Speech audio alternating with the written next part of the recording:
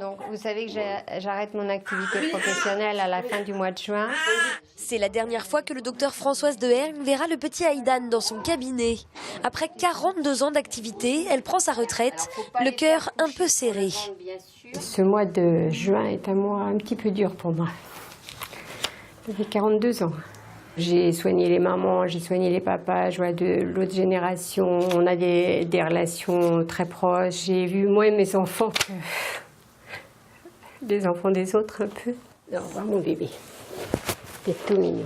Le docteur Dehergne n'est pas la seule à cesser son activité. Son collègue prend lui aussi sa retraite. Ils étaient les 2 derniers pédiatres à exercer en libéral au Sables-d'Olonne. Et pour l'instant, aucun remplaçant n'a prévu de s'installer dans le cabinet. On pensait avoir des successeurs. Et vraiment, ce qui nous est très difficile, très pénible, c'est de partir.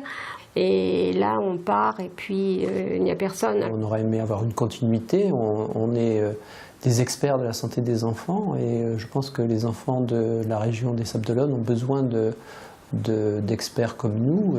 Alors, vendredi 20 juin. Pour les parents, c'est un peu la douche froide. La plupart s'attendaient à continuer le suivi de leur enfant auprès d'un nouveau pédiatre. Ceux avec des pathologies compliquées pourront être suivis par la pédiatre de l'hôpital.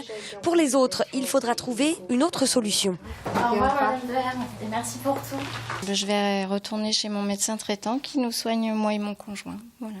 Maintenant, je pense qu'on va se diriger davantage vers notre médecin traitant. Après, voilà, il va quand même y avoir un grand manque. Allez, tu me fais une jolie tour ? Trop difficile de quitter définitivement la pédiatrie. Les 2 médecins continueront d'exercer à l'hôpital 1 jour par semaine pour suivre notamment les enfants au parcours compliqué. Ils ont bon espoir que d'ici quelques années, un ou plusieurs jeunes pédiatres viennent enfin s'installer au Sables-d'Olonne. Mais il est gentil parce qu'il ne pleure même pas. Alors